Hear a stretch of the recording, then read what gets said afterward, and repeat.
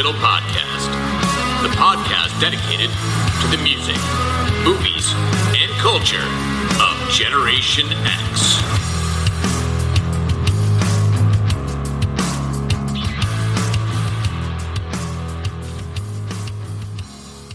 What is up, slackers, and welcome to another episode of the Stuck in the Middle podcast. I am your host, Jason Eck, and I guess I should say welcome to the very first episode of the Stuck in the Middle podcast for 2024. Wow, I can't believe that 2023 is over. It has been, it was the best of times, it was the worst of times. It's been a roller coaster for sure. I currently have my voice, so hopefully I can get through this. I know last week's episode, for those of you who listened, was a little bit monotone, a little bit dry, a little bit boring. I think I'm back and ready to roll for this particular episode. It has been, it's just been illness, work, illness. I was off, and then work and illness and fevers and flus and sick kids and all kinds of things, and just trying to get through to this new year. And hopefully with the new year, there are a couple of things I do have in the works that I'll actually be able to pull off, and also really super proud of Mrs. Eck for having gotten into the gym this morning. So that's kick ass, and kudos for her. I went off to work and had a terrible commute, wasn't feeling well at all, and then had a meeting this afternoon that was just abysmal. But nevertheless, here we are. It's a new year, and it's a little bit of it has kind of started out the new year, kind of like the old year, but it's too early to say, it's just more of the same. It's just a matter of really trying to make a concerted and conscious effort to make this year better and different than the one that came past. That's really supposed to be, I think, our mission statement. It's not about resolutions necessarily. It's about making the year count and matter and special, because you don't know how much time left you have on this planet. And I think that goes for young people as well. They get so caught up in the day-to-day, and certainly they see their parents stressing and the same issues that so many people face, whether it's work stress or money stress or, car stress, well, whatever it is. And, kids do pick up on that, even if you try to keep them from it. And, that's certainly something that I've never been, not that I haven't been cognizant of it, but I haven't always been careful about it, as far as making sure that the kids feel completely kind of insulated from all of that. And I feel bad for that. Part of it is that our last house was super small. We were always on top of each other, and there was, nowhere to have a conversation that was, really private. So, I hope all of you had a great New Year's Eve and into New Year's Day. I know we certainly did. I think the one thing that we are lamenting, and I may have mentioned this last year as well, is that there is no longer a WSBK Channel 38 Three Stooges Marathon that is hosted by the Andelman brothers, who are famous in the New England area for something called the Phantom Gourmet. And it was just part of our tradition. And my daughter, who is not a Stooges fan, loved to just watch the brothers gradually get more and more inebriated as the night went on, sometimes to the point where they're just dying laughing at each other. And that is a little bit of a loss for us as part of our traditional New Year's Eve. Now, the Andelman brothers are the sons of Eddie Andelman, who was one of the first real big, sports radio guys in Boston that made a big impact, and I think certainly went regionally, if not nationally, in some circles. And his boys went in kind of a different direction, but still within broadcasting. And yeah, it's a New England tradition that can't happen anymore. And I ended up finding out that it's because WSBK actually lost their contract rights to the Stooges. It wasn't that it was just some outright cancellation. It's because the people who own the intellectual property for the Three Stooges are trying to launch their own channel. And I believe they've done that to some degree, but I think right now it's more like an app. I know that we pulled it up on Amazon Video, but that's not a standalone channel. Now you could hit play and it starts to play the catalog. So in a way, it's kind of like a sub channel, but that's the only way we able to get in a Three Stooges episode. Now, I recognize that they are a acquired taste. I get it. But it's classic comedy, classic slapstick, over-the-top, stupid comedy that sometimes went into the social, political commentary of the time, but a lot of times it was just dumb. And that's what made it so fun. You know? Howard, Fine, and Howard. So obviously, excuse me, for those you don't know, Moe and Curly are brothers, as was Shemp, one of the Howard brothers, and then Larry Fine. And yeah, there's Curly Joe. We didn't really talk about him. But anyway, I think I talked about this the last, gosh, have I been doing this long enough where there was more than one New Year's? Yeah. Wow. I don't know. I have to go back and think about that a little bit. Yeah, this will be my second New Year's day, or sometime in the next in the week of New Year's. Anyway, I don't know what I was trying to say there, but nevertheless, I do think I've talked about the Three Stooges before for New Year's Eve, and yeah, it's missing. It's something that's really missing from our experience. So now we're just going to have to be prepared for next year to get it all teed up. But we did play this fun game, which is called My Family is Weird, where you all have to see if you agree that certain traits of a particular individual, you all have dry erase boards, and it'd be like, who's the most easily entertained, or, who always farts in bed, whatever. And you all have to go ahead and see if you all agree on who it is. So kind of a fun game. Make sure you kind of know each other, and then sometimes how different people view each other within the family. So it's just kind of good fun. So we did that on New Year's Eve. We got some takeout, got some steak, good stuff. And my second New Year's sober, so that was good. Got some sparkling cider, great times. So I'm wishing everyone a wonderful 2024. There's a lot that's going to be happening within this year. There's going to be we're getting into the political firestorm that's about to happen, and just trying to weather that, as tensions will flare and emotions will run high. And regardless of what you believe or you don't believe, just remember that your neighbor is entitled to believe whatever it is they want to believe, even if you disagree with it, even if it's something you find reprehensible. They might in turn find something that you believe reprehensible. And most people can't imagine that some viewpoint that they hold, reprehensible is a pretty tough term, right? Someone might find something that you hold to be true and accurate representation of your feelings and your beliefs, and might find it abhorrent and reprehensible. It's very difficult to see things through the lens of your neighbors and someone else. So try to be cognizant of that in 2024 with this election coming up. Because I think I've said it before, the last presidential election and the one before that, it was definitely a fraught time, particularly for social media. And I saw some of my own relationships and the relationships of others fractured and wounded, if not for a period of time, possibly forever. Some relationships that can't be mended because of how strongly entrenched people are in their own feelings, their own beliefs, and their own, idea about how we should be governed. So love each other, please. But that's not at all what I'm here to talk about tonight. No, I got to thinking to myself, I said, man, Gen Xers do love some movie trilogies. That's right. Tonight's all about movie trilogies. And man, there's a bunch of them.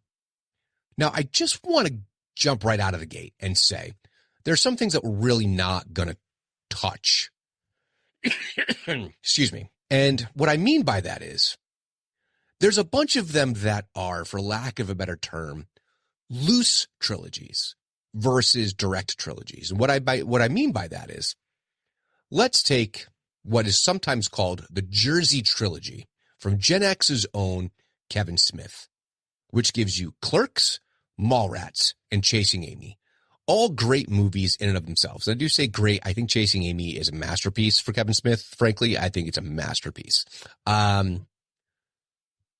That's not really a trilogy. It just so happens that it's 3 movies made within this little universe around this same time period. It went 94, 95, 97 from the brain of Kevin Smith, the View Askew universe, if you will.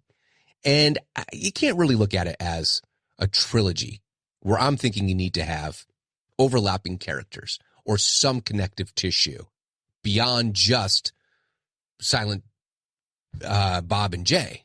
You know, Jay and Silent Bob can't be the only real connective tissue. And I think for the most part, that's really all there is. Going back earlier, The Good, the Bad, and the Ugly, that's considered a trilogy, but it's not really, because you have, Manco and Blondie, like different names. You have the Colonel, you have Angel Eyes, same actors playing vastly different characters. Can you really consider that a trilogy? I'm not really sure that you can. The George Romero, oftentimes The Dead, Night of the Living Dead, Dawn of the Dead, and Day of the Dead. I don't remember connective tissue between the characters, which to me means that it's not really a true trilogy. If I'm wrong about that, by all means, let me know. I could stand to be corrected. Okay. Now, the other one that I'm not going to talk about too much, and it's only because I need to be honest with you, the good listeners of the Stuck in the Middle podcast. I am not well versed in my Godfather. So Godfather 1, 2, and 3, direct trilogy, but not one that I'm prepared to go into any kind of detail on because I would not be speaking intelligently. I know this is going to sound strange, but in that era, I was a Goodfellas guy, like a Heat guy, but for whatever reason, The Godfather, I didn't latch onto in the same way. But now I realize I have to go back and watch it as a trilogy, watch it in order, and really consider it differently. No doubt masterpiece after masterpiece after masterpiece. And I remember when Godfather 3 came out, so many people were like, what? They're doing this. They're actually doing this. I mean, that is 12 years later.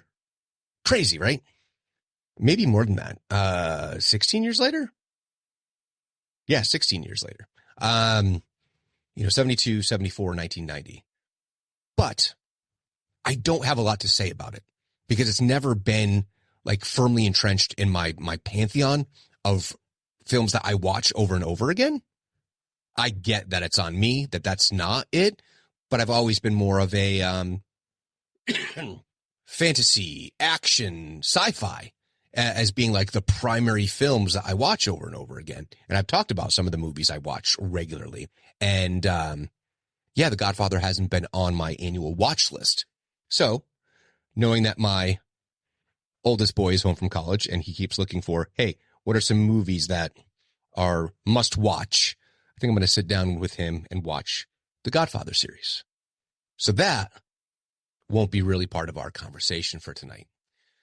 One of the other things to consider is some of these movies are across a number of different, I guess, timelines, but some of the, like, just with Godfather, right? 1990, it's such a far cry from 1974, right? In between episodes. But nevertheless, that is a direct sequel. That's part of that universe. I've tried to keep it all things that are within whatever universe. Like I said, some I'm going to talk about more than less. But they have to have recurring characters in between them to really be on the list. Now, here's the other thing. Oh, boy. George Lucas. Okay. He is not the first, nor is he the only, but I'm just going to use him as an example. Many of these trilogies that had been trilogies for a decade or more now have sequels or additional trilogies, sometimes 2 additional trilogies if you use Star Wars as a perfect example of that. So there's a lot of extension to some of these. So I've tried to keep it to like the core of what would have been the original trilogies. But hey, we're almost 15 minutes in already, and I need to get to this. So let's kick things off here. Never thought this was going to happen. However, it shouldn't be surprising given that there's a series of books. And that is, of course, the Hannibal Lecter series. Now, I'm not using the original version of Red Dragon, which was Manhunter, which was Brian Cox playing the titular role of Hannibal Lecter. But we're talking about everything in the Anthony Hopkins. Yes, Anthony Hopkins. And unfortunately, you did not get Jodie Foster back as Clarice, but you have Silence of the Lambs, 1991, Hannibal, 2001, and Red Dragon in 2002. Silence of the Lambs and Hannibal both have Clarice featured prominently as the characters. And then in Red Dragon, you have Edward Norton's character, which is, who is the guy from CSI? Forgetting his name. But they're playing the same character. So the Manhunter and Red Dragon are analogs for each other. One came earlier, one came later, obviously, with Hopkins. But that is a direct trilogy that gives you all this connective tissue between the characters, and how Hannibal Lecter in both Silence of the Lambs and Red Dragon is supposed to be helpful, if you will, to the FBI. Whereas Hannibal is a little bit more about, Hannibal's own experiences, how he became who he was, not to even mention the television series. But Hannibal Lecter, definitely that is a movie trilogy that stands the test of time. Now, the next one, I went back and forth about whether I should include it, because now it's just a franchise. So kind of like Star Wars. If it's just a franchise, it's not really a trilogy, right? But you had Mission Impossible in 1996, 2000, and 2006. That's a nice, tidy 10-year span to go ahead and have a series. Many people consider the first Mission Impossible to be the weakest of all of the, the editions of it. But Tom Cruise, of course, is Ethan Hunt, with a whole cavalcade of characters. Ving Rhames. You have Jeremy Renner in some of those. You have Simon Pegg. Like, just an all-star cast in each one of these. His team, obviously based upon the TV series of the same name. And I've heard the most recent ones are just fantastic. So again, it's difficult to say. Are they trilogies? But I believe with the most recent one, it's a part 1 and 2, and it's supposed to be another trilogy with those last few movies. But I think that counts, kind of. But again, if there's money to be had, someone will make another movie.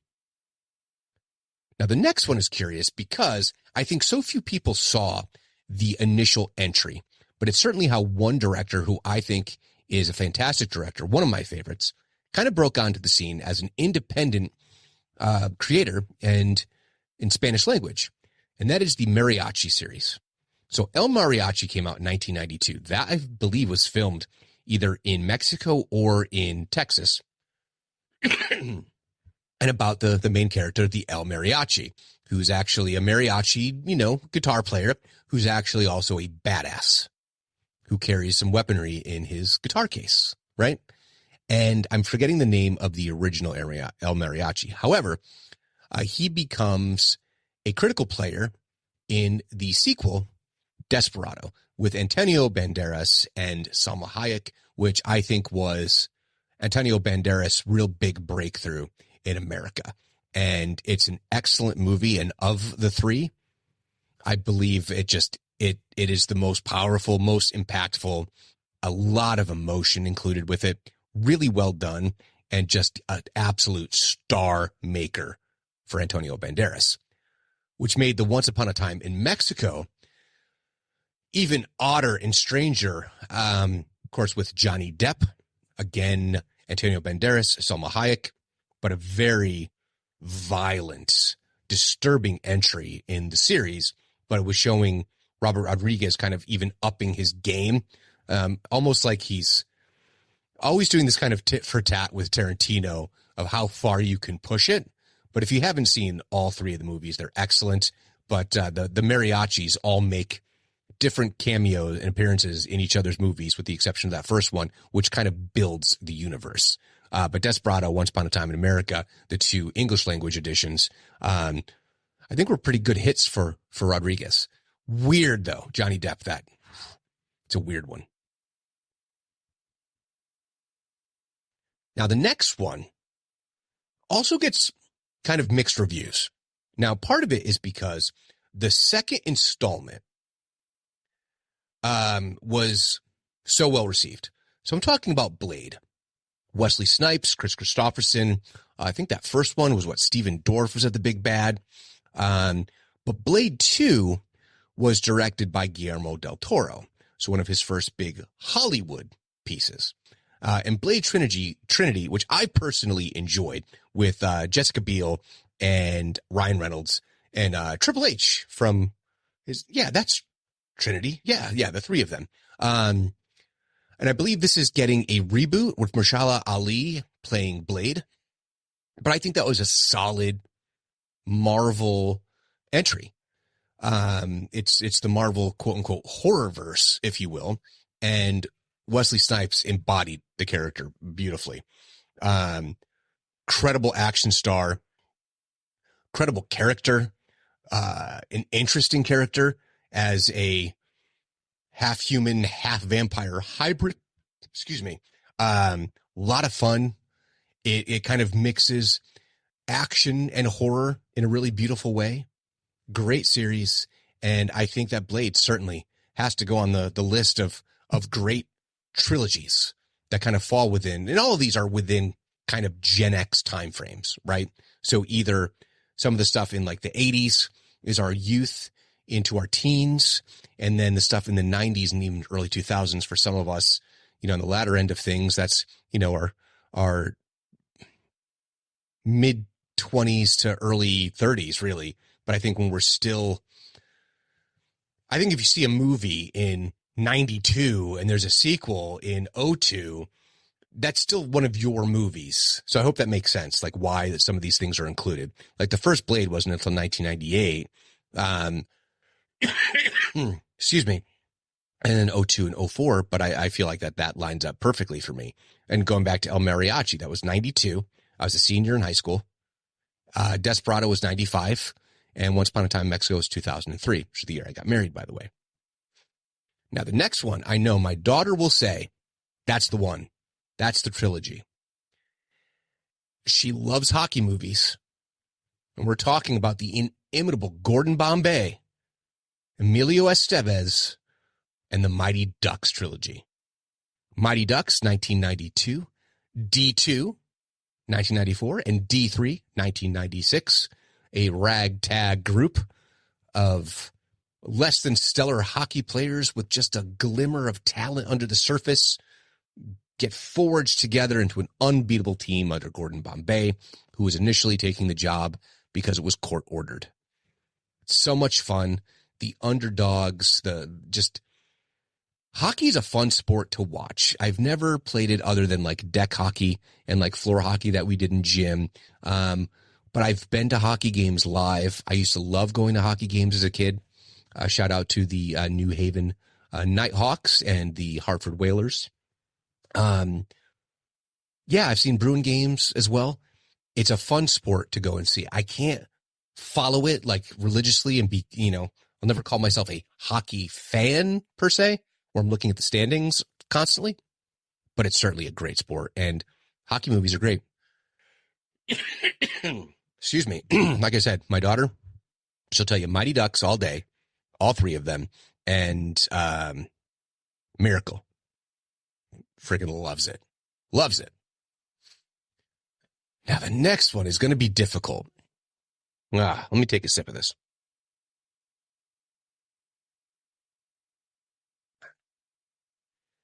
I think those of us in Gen X of a certain age have a maybe love-hate, hate-love. I think we have a very unique relationship with the comedy stylings of one Mike Myers. Part of our generation or part of us, right? So older Xers, younger Xers, but there's that period of Saturday Night Live. For I think about all of my peers, the people were then, my high school years, a couple years ahead, a couple years behind.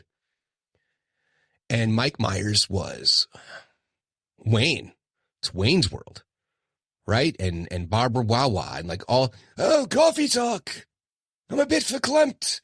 Like those kind of characters. And hey, along with Dana Carvey, just such a big part of, our Saturday Night Live cast.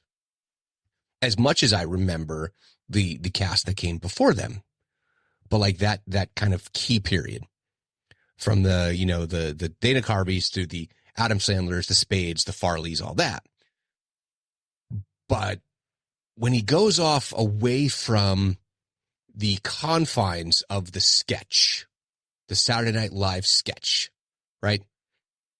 Wayne and Garth, somewhat contained within this sketch world. These characters are developed a certain way. Then he goes off into either hilarity or cringe or both. I'm, of course, talking about the Austin Powers trilogy. 1997's Austin Powers, International Man of Mystery. 1997, Austin Powers. Next we have Austin Powers, The Spy Who Shagged Me. Stop it. 1999, and Austin Powers in Goldmember. I love gold. In 2002.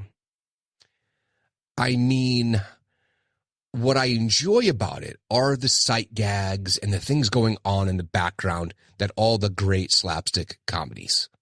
Everything from your Airplanes, your Naked Guns. By the way, Naked Gun, I didn't include on the list. I probably should have or could have. I still could add it, but I'd have to go and pull it. Anyway, I'm just thinking out loud. Because what? Naked Gun 2, Naked Gun 3.5 or something like that. Or 2.5 or 33 1/3. That's what it is, right? Naked Gun 33 1/3.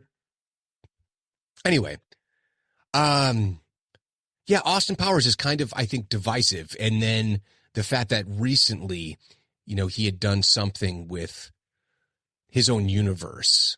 There was some TV show. Oh gosh, it's kind of like a version of like the Illuminati kind of thing.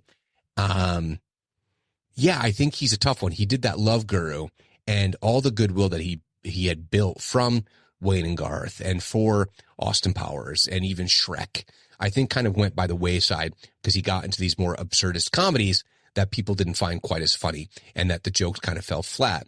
Now, Austin Powers is a great parody of James Bond. I mean, it really is. It's a lot of fun.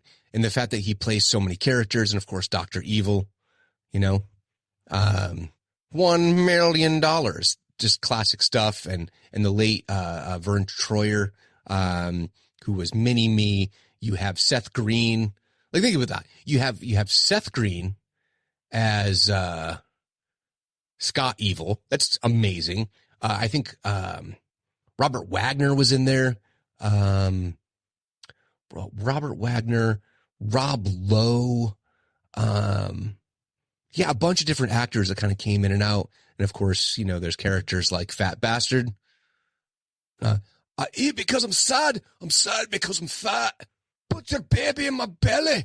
I want to eat your baby. Just weird shit. A lot of fun, though.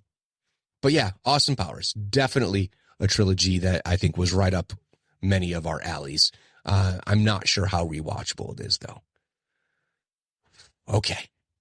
Now, I didn't put these in any kind of particular order because there's a part of me that says if I'm going to rank them, this one is going to be towards the top of my list. Now, again, like many of these, if money's to be had, or there's a great idea or a great concept. So I can't really fault it if you have a good core of characters that you can draw from in a particular universe.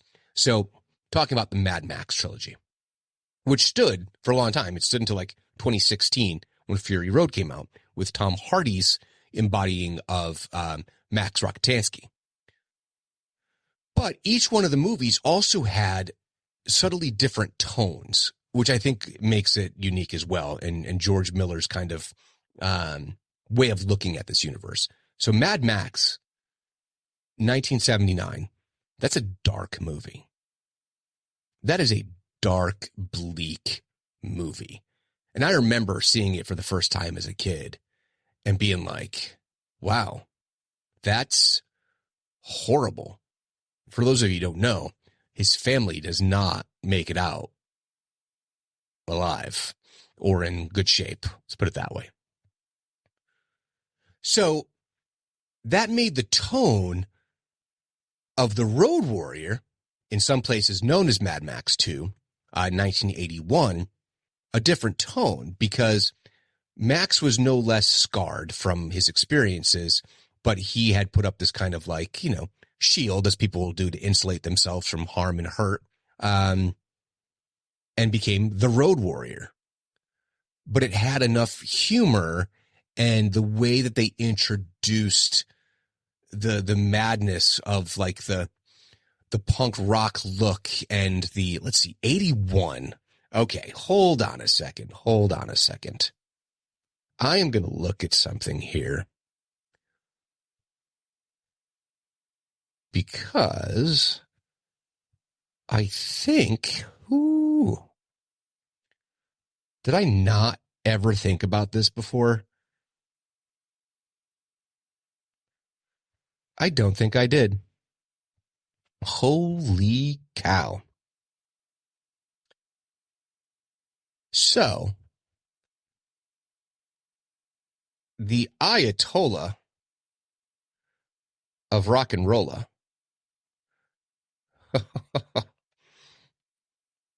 Really? No kidding. Hold on, I'm just double checking one more time. No kidding. Okay, so Lord Humongous was rocking that mask, that hockey mask, first, before Jason Voorhees. How did I not ever think of that before? Holy cow. That is freaking so cool. Yeah. Lord Humongous. He was the first to have the hockey mask. Now, mind you, Jason paired it with, coveralls and not a sweet set of bondage gear, but nevertheless, never put two and two together. Yeah, Road Warriors 1981 and Friday the 13th 3, when Jason first got the hockey mask. That was Road Warriors 1981 and Friday the 13th was 1982 or 83 for the third part.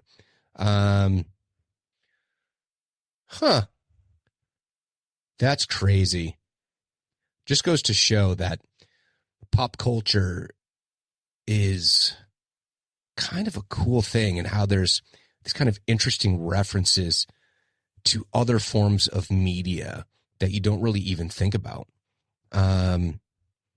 Yeah, the trademark hockey goalie mask did not appear until Friday the 13th Part 3, which was 1982, versus Road Warrior 1981. So, very cool.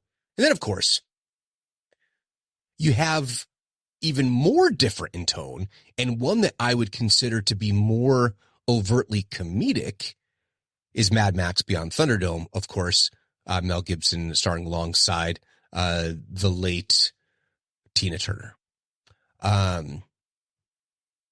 Shaggy Man, ain't we a pair? So good. But that gives us a Thunderdome. 2 men enter, 1 man leaves. Got the Master Blaster. Yeah, I mean, that had a whole twist that no one saw coming. But yeah, the kind of the slapstick, like when he goes to the town and they're like weapons, and he just keeps taking out weapon after weapon after weapon after weapon. It's on brand for the character, yet also so comedic and so funny. But yeah, I mean, that might have been right up there along with a couple of the obviously OG like trilogies we'll talk about. But yeah, Mad Max, one of my favorite series, one of my favorite universes. And I'm very much looking forward to Furiosa, which will be coming out, I think, in 2024. Excuse me. Now, the next one, it's all going to depend on how you feel about number 3, which I have to say I've watched like once. I'm talking about the Terminator series. So you have the Terminator in 1985, Arnold Schwarzenegger, Linda Hamilton. Let's see. Oh gosh, Bean. Forgetting his first name because he's also in Tombstone. I want to call him Richard, and that's not his name. Oh my gosh. Yeah, I really threw myself off with the whole hockey. Michael Bean. I was going to call him Richard. I don't know why. Anyway, but the Terminator series. So Linda Hamilton really being presented as she wasn't really considered the heroine yet. All you knew is that she was, the mother of, oh my gosh, Sarah Connor, and her son. Oh my goodness.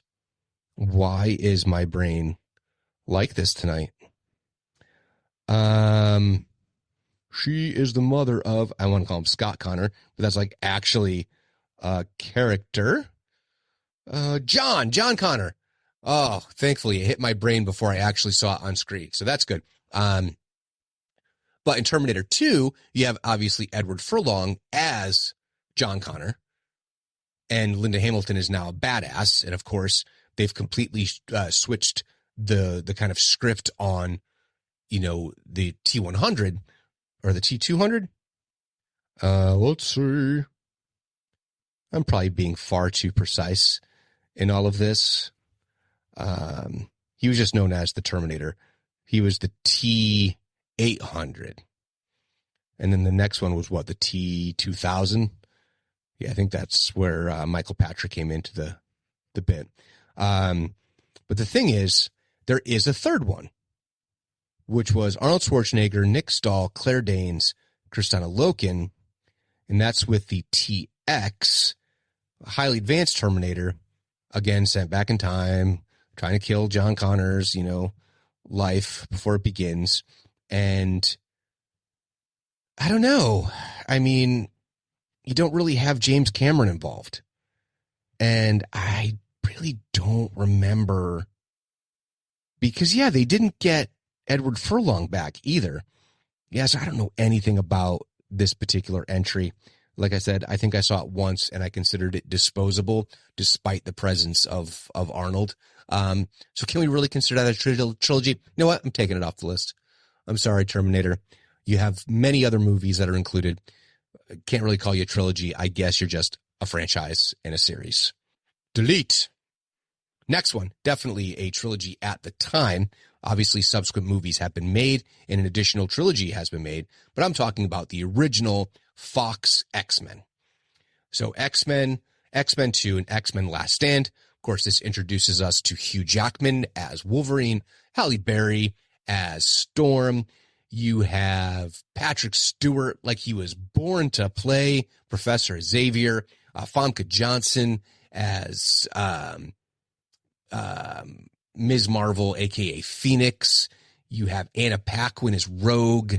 Let's see. James Marsden is Cyclops. One of the Ashmore twins, I forget which one, is Bobby Drake. I have a feeling that the Page kid was in there at one point. Anyway, I know people say that Last Stand was meh, and I think in comparison it was a little bit. I think they could have gone a little bit further than they did, but I loved that series, particularly X-Men 1 and 2. Those were both directed by Eric Singer. That's the drummer for Kiss. Bryan Singer, who has many reputational and professional things going on that, we won't get into right now. I'm not going to let that cloud the fact that his direction of those first two films was excellent and really brought the X-Men franchise to the big screen. And he ended up coming back for the later series. So things like Days of Future Past, First Class, all those kind of things. He definitely had a pulse to understanding of the X-Men characters. But yeah, that first trilogy, that last one, I believe it was Brett Ratner who did the third one. It's still solid. It's still a solid entry in the superhero world. So yeah, great stuff. And Hugh Jackman is going to be playing Wolverine yet again in the upcoming Deadpool 3 with Ryan Reynolds. Next one, 3 movies, same director. A guy who's on the list more than once. And I'm talking about Spider-Man, the Tobey Maguire Spider-Man. Kirsten Dunst, Willem Dafoe, Topher Grace, Alfred Molina, Great cast. Sally Field, I think, was Aunt May. No, Sally Field was the next one, was Aunt May. Oh, I'm forgetting the name of the actress. But I know that Cliff Robertson was Uncle Ben. But anyway, the Tobey Maguire, Sam Raimi directed Spider-Man in 2002, Spider-Man 2 in 2004, and Spider-Man 3 in 2007. Spider-Man 3 was somewhat maligned, and I think in part because Raimi went a little bit more, excuse me, a little bit more comedic in some parts, dark Peter, as opposed to leaning more into the horror, which I think some people were expecting when introducing the character of Venom to this particular universe. But Willem Dafoe's Green Goblin, you have Alfred Molina with his Doc Ock, and of course Topher Grace playing Venom, which I think is part of the issue that people had. They didn't find he had the right gravitas, but anyone who saw the Robert Rodriguez directed version of Predator with Topher Grace will know that he could do it. It was just, I don't know. I think the script was just poorly conceived. But still, those three movies, they're on my shelf, and they're great, and they're awesome. Awesome entry. Definitely worthy trilogies. Hey, but speaking of Sam Raimi, the Evil Dead series. The Evil Dead 1981, Evil Dead 2 in 1987, and Evil Dead 3, The Army of Darkness in 1992, following the misadventures, the horrific misadventures of one Ashy Slashy. I've watched the movies, the series, the reboot movies, that last one in particular in the apartment building with the mother and the kids. Like, I know it's not a direct, sequel, but obviously Ash versus The Walking Dead, Ash's character just in general, straddling the horrific with the comedic. I mean, that's where the whole Sam Raimi formula, even looking at Sam Raimi just recently did, the Doctor Strange movie, and I thought it was really a lot of fun. Very much a Sam Raimi movie. But yeah, I mean, Ash is a legendary character. As far as I'm concerned, they could have kept churning these out, but instead of going back to the well with another Ash movie, they opted to do the series, get a few seasons out of that, and then basically have retired the character from moving forward with the Evil Dead franchise. But those first three, the Necronomicon, the Book of the Dead, like classic, the whole thought of being in a cabin in the woods, how much that was a piece of it, which is also an homage to, Romero and being stuck in the middle of nowhere with things that you can't control, that you can't stop. Some over-the-top gore, some really cheesy effects for the time. A lot of practical effects and weird early CGI stuff. And then Evil Dead taking it completely outside the confines of the woods out into a medieval world. Bonkers. Absolutely bonkers. Yet completely works within the context of this crazy universe. So yeah, top notch. Another Sam Raimi knocking it out of the park. And now, again, money to be made, right? So there have been other movies in this particular franchise, but we're just going to consider the first three for this. And that is Alien 1979, Aliens 1986, and Aliens 3 in 1992, all with Sigourney Weaver playing the most believable badass heroine in sci-fi as Ellen Ripley. And another interesting conceit within horror. So if we go, let's see here. I'm just taking a look at another movie. That's what I thought. Okay. So Alien gives you like the horror, I don't want to call it the slasher vibe because that wouldn't be accurate, but to put it in space, right? But also you'd start to not know who to trust kind of thing. Like, is someone keeping things from you kind of thing? Oh, maybe I did get impregnated by an alien creature. But it's that sense of claustrophobia because, like being in a cabin in the woods, you're then stuck in space, right? In space, no one can hear you scream. And it's such a fascinating way to add horror and claustrophobia. So let's see. That was, so Ridley Scott, of course, did the first one with a great cast. Tom Skerritt, Sigourney Weaver, Veronica Cartwright, Harry Dean Stanton, John Hurt, Ian Holm, Yaphet Kotto. I mean, ridiculous. But then you have James Cameron taking over for Aliens, Michael Biehn, one of his favorites, Paul Reiser, Lance Henriksen. I mean, killer cast. Some have said they believe that Aliens is better. And then you have Alien 3, which was David Fincher. Oh my gosh, I forgot that was Fincher. But that's with Sigourney Weaver, Charles S. Dutton, Charles Dance. Hold on a second here. Just going back to Aliens for a second. That's right. What the hell's the one with? Wasn't Winona Ryder in one? For some reason, I could have sworn Winona Ryder was in an Aliens movie. I thought it was 3. But I guess not. Anyway, I'm getting long in the tooth here. I got to wrap it up. Am I completely just imagining that? I guess so. Oh, Alien Resurrection 97. Yeah, that came so close. You can't really call this a trilogy. I thought that it was Aliens 3 was Alien Resurrection. That was 97. That's only a few years later. So, I mean, they almost immediately dispensed with a trilogy. You know what? Series, it counts. Franchise, it counts. As a trilogy, it does not. Because the time in between the last and latest installments are too close together. So now we're going to jump over to The Matrix.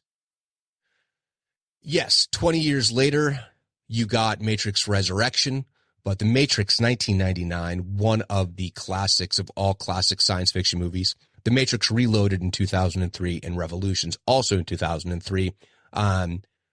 I know that people have mixed feelings about Reloaded and Revolutions. There was also the Animatrix in between.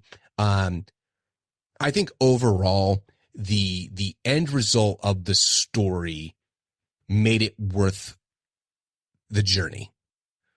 Although you ended up losing a couple of actors so that you didn't have continuity. It seems a little strange.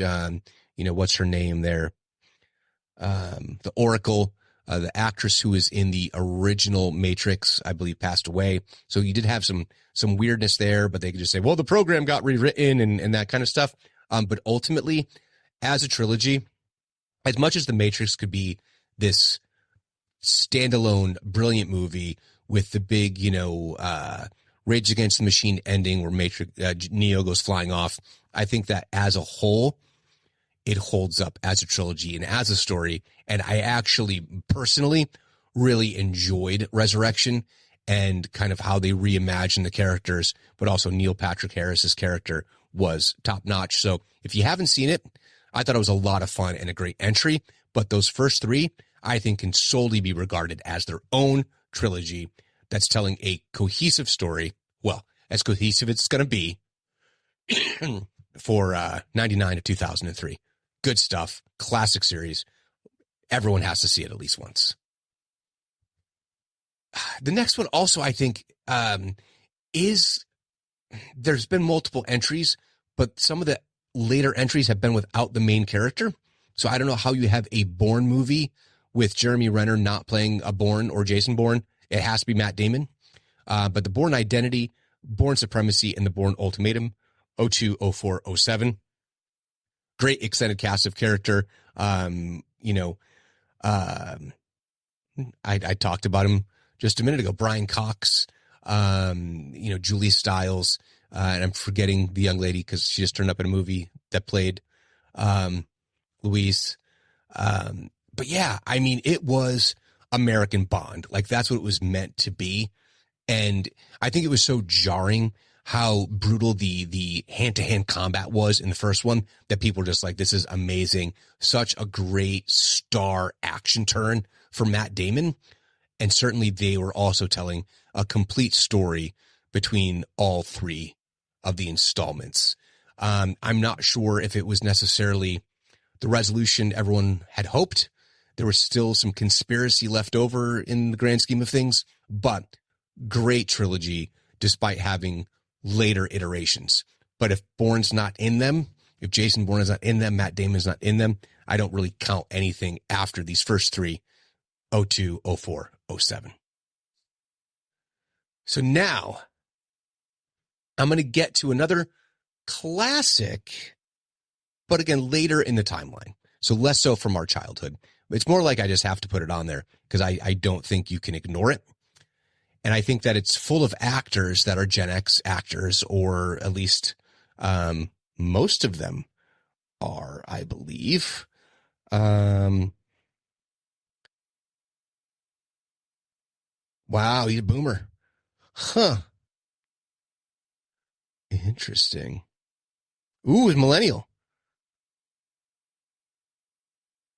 Curious. Well, I was thinking that the cast, I guess I was just thinking of Sean Astin, who's definitely one of ours. And we're talking about The Lord of the Rings. I think in any film trilogy, it just has to be mentioned, not to mention book trilogy. Obviously, Tolkien had a ton of other works in Middle-earth, the Silmarillion, the various different,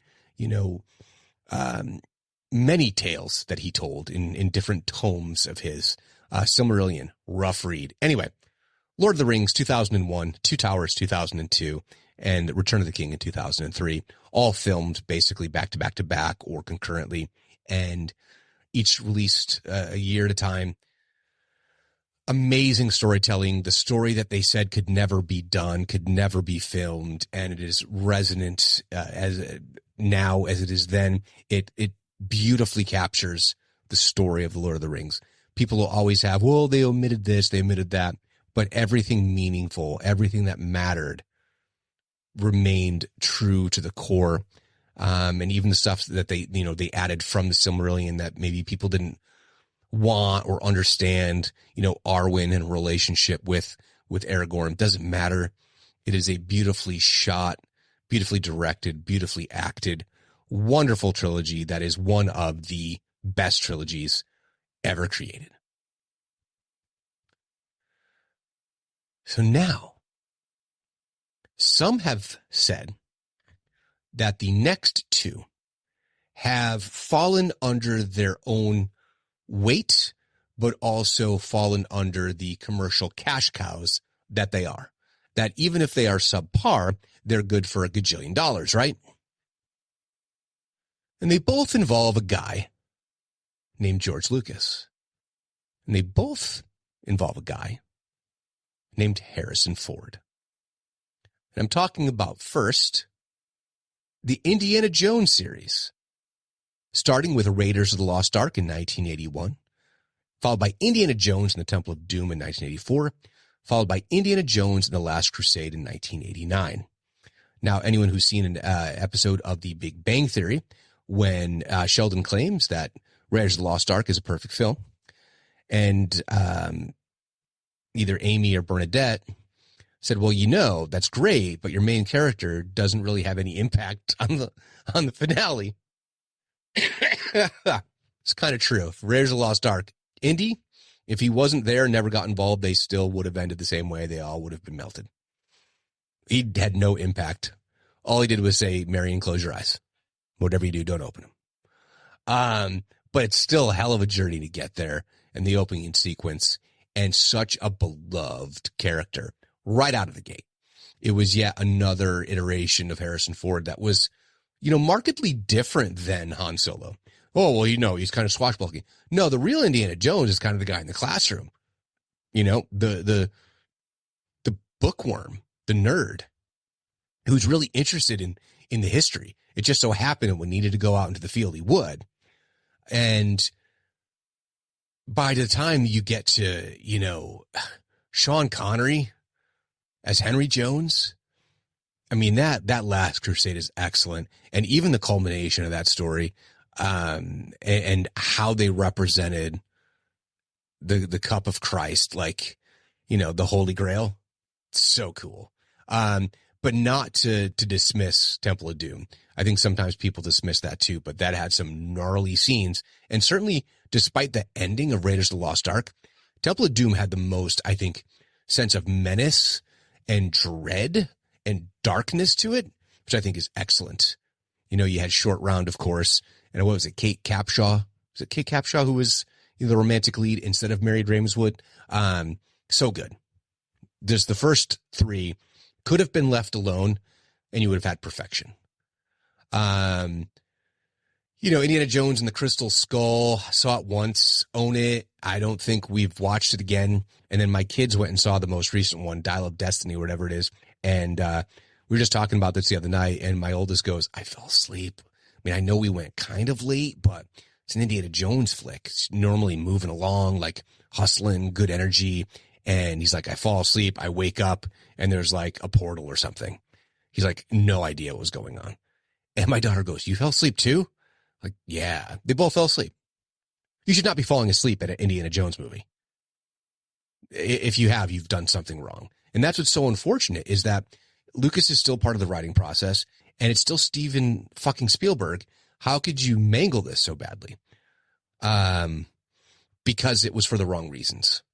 And that's just purely to satisfy either contracts or people wanting some money. And I don't think it did particularly well at the box office. But those first three, masterpieces. And then once again, George Lucas, Harrison Ford. There have now been 2 subsequent trilogies, a prequel trilogy and a sequel trilogy, bringing us out to episode 9 and the Rise of Skywalker. Oh, don't get me started on that one. Talking about, of course, Star Wars, otherwise known as the OT, the original trilogy. Starting back with Star Wars Episode 4. It was called Episode 4, but A New Hope. But now they put it, on the title. It was just called Star Wars. Yes, you had the opening crawl, followed by Episode 5, The Empire Strikes Back in 1980, and then Episode 6, Return of the Jedi in 1983. I mean, I think this is the barometer that was initially set for a trilogy. And it could have stayed like Indiana Jones forever as just the 3. Could have done that with Mad Max or many of these that are on the list where you didn't need to do any more. Now, Lucas always had in mind that there were multiple installments and episodes. Would I have loved to have seen his take on episode 7, 8, and 9? Yes, absolutely. I even would have been happy with extended universe stories that were officially licensed under Lucas. But I don't think anyone can say that Star Wars wasn't the preeminent trilogy that had specific characters that you could have left right the way they did. The Empire is struck down. The Alliance wins. The Rebels win. They celebrate together. Anakin Skywalker has been, reintroduced into the Force as a force of light. You get your Force Ghost at the end. You got the, Ewoks going yub yub. And it was perfect. Personally, I loved the sequel trilogy, or the prequel trilogy, PT, Hayden Christensen, Ewan McGregor. Loved it, actually. And I know that that's not always a typical of our generation, but it was fantastic. Fantastic. Still love it. Only one that's weak, in my opinion, Attack of the Clones, is the weakest of all of them. And I put, Revenge of the Sith up really high, and I am a fan of The Phantom Menace because it was the first one back, and it introduced this Ewan McGregor as, Obi-Wan Kenobi. And he's still Obi-Wan Kenobi. Tremendous. But yeah, Star Wars, bravo. But now we have one more, and I'm sure you all know where I'm going with this. And it has not been touched, nor do I think it ever will be touched, because there's no need for it. Because it all by itself And I'll admit, the last installment I am less familiar with, admittedly. And I keep meaning to kind of like really embrace it, but want to make sure that I have this right as far as the directors. That's right. Back to the Future, directed by Robert Zemeckis, starring Michael J. Fox as Marty McFly, and of course Christopher Lloyd as Doc Brown. Crispin Glover in the first original installment as George McFly. Of course, Leah Thompson as Mrs. McFly. I'm forgetting her name at the moment. Hasn't been touched. And I don't think there's any need to. And obviously, Michael J. Fox is not in the best of health. I'm sure they would find a way to work around that if they really chose to. But I don't think that you needed to. They had problems with the timeline in the future and the back to the future and the future to the back. And ultimately, they have to go back in time, but ultimately fix everything. And they leave it in the best possible scenario, right? I mean, it's untouched. And it will always be, I think, untouched. I'm hoping no one decides to, we're going to remake it. You don't need to. And you don't need to give us more information about what happened with your kids. You don't need to. It's done and it's perfect. And Back to the Future. I mean, of all of these, that seems to be the one. I mean, hell, even Lord of the Rings, Peter Jackson decided to milk 3 movies out of The Hobbit, which was the shortest of everything that Tolkien's written. But I mean, they did a Mighty Ducks series. Mission Impossible still being made. Blade is getting a reboot. Mad Max still has installments. X-Men still being made. Spider-Man are still being made. Obviously different directors and characters. Evil Dead still being made. Yeah, I think that the one true, this is it. This is all there is. This is the story. These are the 3. There's no cash grab to be had because there's no story to be had because the story's already told. So a big shout out and bravo to Robert Zemeckis and all the cast and everyone that was involved. You have a true untouchable movie trilogy that can't be tainted. So bravo. So what do you think? Gen X, we got a lot of trilogies. Seems like thanks to George Lucas, that kind of got the ball rolling, and now you almost kind of anticipate it. Can you get 3 movies out of it? Hell, they're getting into 4, 5, and 6. You can say, what about Shrek? I'm sure there's others that I'm missing.